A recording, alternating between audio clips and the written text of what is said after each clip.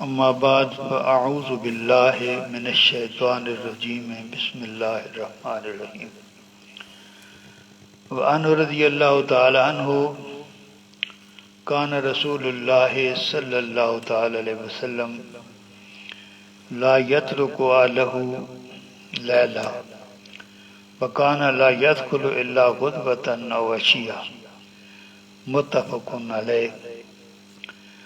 یہ حدیث پاک حضرت انس رضی اللہ تعالی عنہ سے مروی ہے، فرماتے ہیں حضور سرور عالم صلی اللہ تعالی علیہ وسلم جب سفر سے واپس تشریف لاتے تو رات کے وقت اپنے گھر میں نہیں جاتے تھے۔ رات کے وقت سفر سے واپسی پر گھر تشریف نہیں لاتے تھے، یا تو صبح کے وقت گھر میں داخل ہوتے اور یا شام کے وقت۔ جب رات پڑ جاتی تو حضور صلی اللہ علیہ وسلم سفر سے واپسی پر گھر نہیں آتے تھے۔ اگلی حدیث میں زیادہ وضاحت ہو جائے گی۔ وعن جابر رضی اللہ تعالی عنہ قال قال رسول اللہ صلی اللہ تعالی وسلم اذا اطال احدکم الغیبۃ فلا یترک اہلہ لیلا۔ حضرت جابر رضی اللہ تعالیٰ عنہ سے مروی ہے کہ حضور صلی اللہ علیہ وسلم نے ارشاد فرمایا جب کوئی انسان اپنے گھر سے زیادہ عرصہ غائب رہے تو وہ شخص جب واپس گھر پہ آئے تو رات کے وقت گھر پہ داخل نہ ہو۔ اس حدیث پاک کو امام بخاری اور مسلم نے روایت کیا۔ وعن رضی اللہ تعالیٰ عنہ ان النبی صلی اللہ تعالیٰ علیہ وسلم قال اذا دخلت لیلا فلا تدخل آلک حتی تستحد المغیبۃ وتمتشط الشائسۃ متفق علیہ۔ یہ حدیث پاک بھی حضرت جابر رضی اللہ تعالیٰ عنہ سے مروی ہے، فرماتے ہیں حضور صلی اللہ تعالی وسلم نے فرمایا جب تم گھر میں داخل ہو تو رات کے وقت داخل نہ ہو۔ وجہ اس کی بتائی، جو انسان کے معاشرے کے جو تعلقات ہیں ان کی بنیاد گھر کے تعلقات ہیں۔ اسلام چاہتا ہے کہ گھر میں جس کی بنیاد ایک مرد اور ایک عورت جو آپس میں رشتے ازدواج میں منسلک ہوتے ہیں، ان کے درمیان اگر تعلقات اچھے ہوں گے، محبت احترام کے تعلقات ہوں گے، تو قرآن حکیم نے بڑا خوبصورت لفظ استعمال کیا ہے،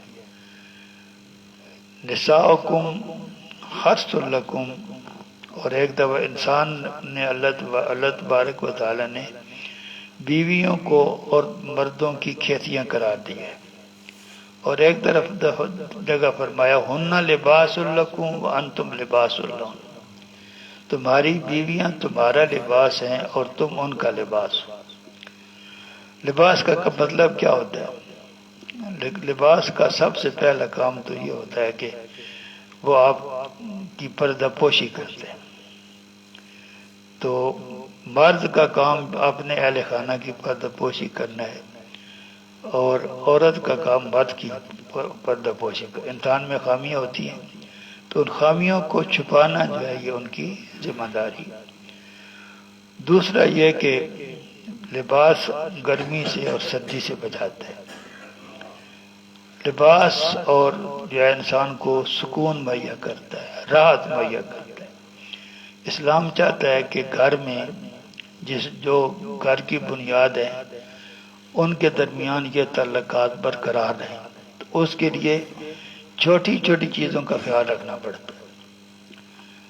اللہ تبارک و تعالی نے قرآن حکیم میں عورتوں سے مخاطب ہو کر یہ فرمایا کہ ہم نے تمہیں خوبصورتی عطا فرمائی ہے، جمال زینت عطا فرمائی۔ اس زینت کا اظہار تم نے اپنے جو تمہارے شریک حیات ہیں ان کے سامنے کرنا ہے۔ جو تمہارے شریک سب سے پہلے حق ان کا ہے۔ تو عورت کو شریعت یہ کہتی ہے کہ تم خاوند کے ساتھ اس انداز سے اس کے سامنے آؤ کہ تمہیں دیکھ کر اس کا دل خوش ہو۔ تو تو مرد جو ہے وہ ظاہر ہے عورت کے اخلاق کو بھی دیکھے گا، اس کی ظاہری شکل و صورت کو بھی دیکھے گا۔ تو اگر جب 2-4 مہینے کے بعد مرد جو ہے وہ باہر واپس آتا ہے تو بال بیوی کے بال بگڑے ہوئے ہیں، کپڑے گندے ہیں، ہاتھ بھی منہ دھویا ہوا نہیں ہے، تو جو امپریشن لے گا وہ اچھا امپریشن نہیں ہوگا۔ تو حضور صلی اللہ علیہ وسلم نے فرمایا جب گھر میں جاؤ تو رات کو داخل نہ ہو، تاکہ وہ عورت جس سے اس کا خامن، جب وہ خامن نہیں ہوتا تو عورت بے پرواہ ہوتی ہے، اس کو پریشانی کوئی نہیں ہوتی، تو وہ جو ہے وہ اپنے آپ کو اس حیثیت میں جو ہے وہ گھر لے کے خامد کے سامنے جائے تو خامد کی آنکھیں دیکھ کر خوش ہوں۔ تو یہ فرمایا کہ جب جاؤ تو رات کے وقت نہ جاؤ، دن کے وقت جاؤ، تاکہ تمہاری بیوی جو ہے وہ ایسا ماحول پیدا کر سکے جو تمہارے درمیان محبت کا ماحول ہو۔ یہ حدیث پاک بھی متفق علیہ ہے۔ وعنہ رضی اللہ تعالی عنہ ان النبی صلی اللہ تعالی وسلم لما قادم المدینہ تھا نہر جزورا و بکرتا، رواه البخاری۔ یہ حدیث پاک بھی حضرت جابر رضی اللہ تعالی عنہ سے مروی ہے، فرماتے ہیں حضور صلی عالم صلی اللہ تعالی علیہ وسلم جب مدینہ تشریف لائے تو آپ نے ضیافت کے طور پر اونٹ ذبح کیا یا گائے ذبح کی، وضاحت نہیں کی، یا تو اونٹ ذبح کیا اور یا گائے ذبح کی، اور اس کا گوشت جو ہے وہ لوگوں کو میں تقسیم کیا، ان کو کھلایا۔ حالانکہ حضور صلی اللہ تعالی وسلم اپنے گھر سے بے گھر ہو کر تشریف لے گئے تھے، جو ساتھ تھے ان کے وہ بھی گھر سے بے گھر ہو کر تشریف لے گئے، لیکن اس کے باوجود حضور صلی اللہ تعالی وسلم نے وہ طریقہ اپنایا جو سخی لوگ کر سکتے ہیں۔ وعن کعب بن مالک رضی اللہ تعالی عنہ کان النبی صلی اللہ تعالی وسلم لا یقدم من سفر الا نہارا فی الضحیٰ فاذا قادم بدا فی المسجد فصلی فی رکعتین ثم جلس فی للناس، متفق علیہ۔ حضرت کعب بن مالک رضی اللہ تعالی عنہ سے مروی ہے، فرماتے ہیں حضور صلی اللہ تعالی وسلم سفر سے واپس دن کے وقت جب وہ اپنے شہر میں پہنچتے تھے، اور چاشت کے وقت یا دن کے 8-10 بجے کا جو ٹائم ہے اس وقت، اور جب حضور صلی اللہ تعالی وسلم سفر سے واپس آتے تو سب سے پہلے مسجد میں تشریف لے جاتے۔ سفر سے واپس آتے تو سب سے پہلے مسجد میں تشریف لاتے، اور پھر مسجد میں 2 رکعتیں نوافل پڑھتے۔ یہ مسجد میں اگر نوافل پڑھنے کا وقت ہو تو آپ تحیت المسجد پڑھ سکتے ہیں، وضو نیا کریں تو تحیت الوضو کر سکتے ہیں۔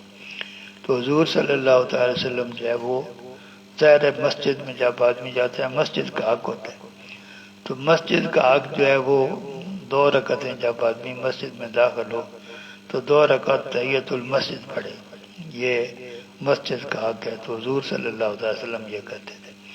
پھر حضور صلی اللہ علیہ وسلم مسجد میں جو ہے وہ بیٹھتے تھے تاکہ لوگ آ کر ملاقات کر لیں، کسی کی کوئی حاجت ہے وہ حاجت بیان کر لے، کسی نے کوئی سوال پوچھنا ہے تو وہ سوال پوچھ لے۔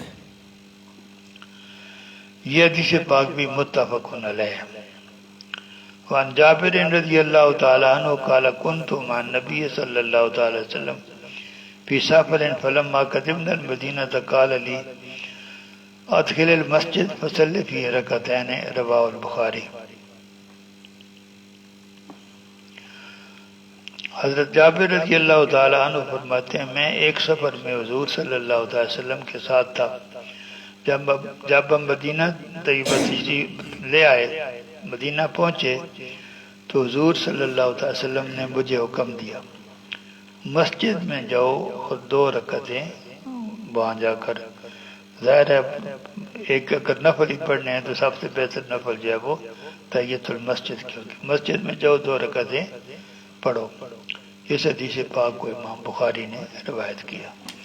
وآخر دعوانا ان الحمد للہ رب العالمین۔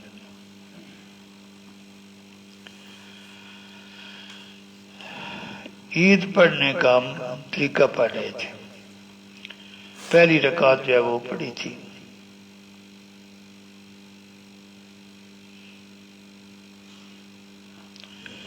پہلی رکعت جب مکمل ہو جائے تو دوسری رکعت کے لیے جب کھڑا ہوگا تو آغاز کرے گا بسم اللہ الرحمن الرحیم سے. پہلی رکعت کا آغاز کیسے ہوتا؟ ثنا سے. ثنا کے بعد 3 تکبیریں، 3 تکبیروں کے بعد تعوذ اعوذ باللہ من الشیطان الرجیم. دوسری رکعت میں یہ ساری چیزیں نہیں. دوسری رکعت کا آغاز بسم اللہ الرحمن الرحیم سے ہوگا. قرات کا حصہ ہے اور حناف کے نزدیک قرات الامام قرات المقتدی. امام جب پڑھتا ہے تو مقتدی کی طرف سے پڑھنا ہو جاتا ہے. تو یہ تعوذ بھی یہ قرات کے تحت ہے اور بسم اللہ الرحمن الرحیم بھی قرات کے تحت ہے. یہ امام ہی پڑھتا ہے.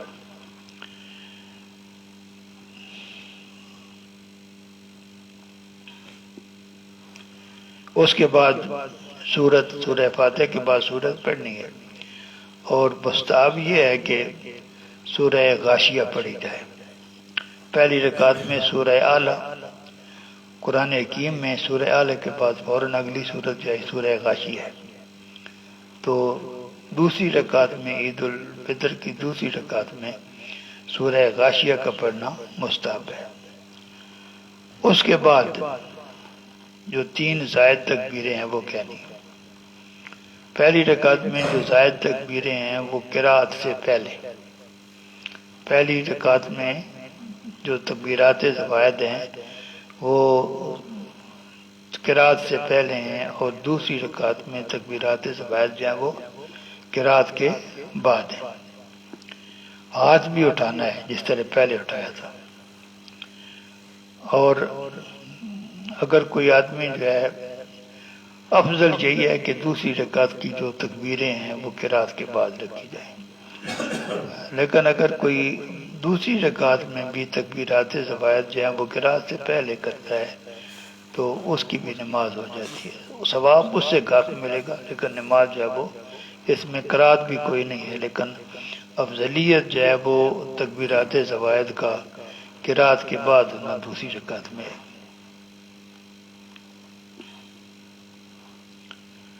اس کے بعد امام صاحب 2 خطبے دیں گے اور عید الفطر کے خطبے میں صدقہ فطر کے احکام جو ہے وہ بیان کرتے ہیں.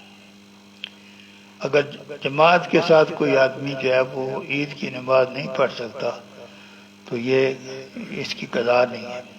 اس کی قضا نہیں ہے.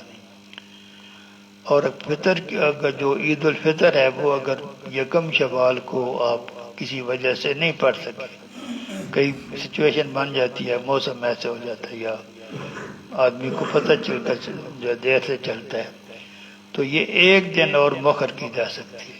پہلی شوال کو آپ نہیں پڑھ سکے تو دوسری شوال کو نماز جو ہے وہ پڑھی جا سکتی ہے. جو عید الاضحیٰ کے احکام ہیں وہ بھی عید الفطر جیسی ہیں، لیکن کچھ چیزیں جو ہیں وہ اس میں مختلف ہیں. عید الفطر میں نماز سے پہلے کچھ کھانا مستحب تھا. عید الاضحیٰ میں نماز سے پہلے کچھ نہ کھانا چاہیے، مستحب ہے. عید الفطر میں عیدگاہ جاتے ہوئے آہستہ آواز سے تکبیریں پڑھنی تھیں. عید الاضحیٰ میں بلند آواز سے تکبیریں پڑھنی.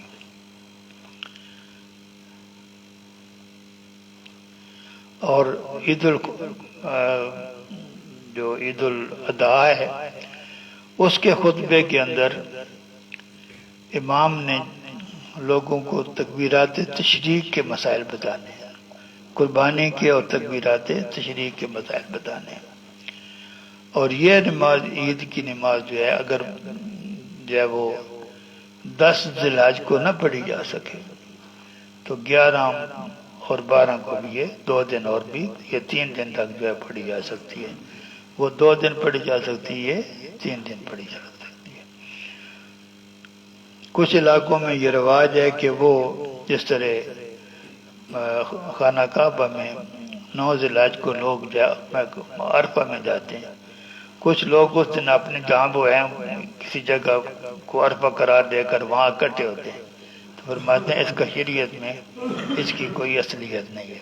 وہاں تو لوگ عرفہ میں جائیں گے، لیکن جہاں میدان عرفات نہیں ہے وہاں میدان عرفات بچانے کا یہ کیسے آپ ڈھونگے کہیں گے، وہ بچانا جو ہے اس کی کوئی شریعت میں اصلیت نہیں ہے۔ واخر دعوانا الحمدللہ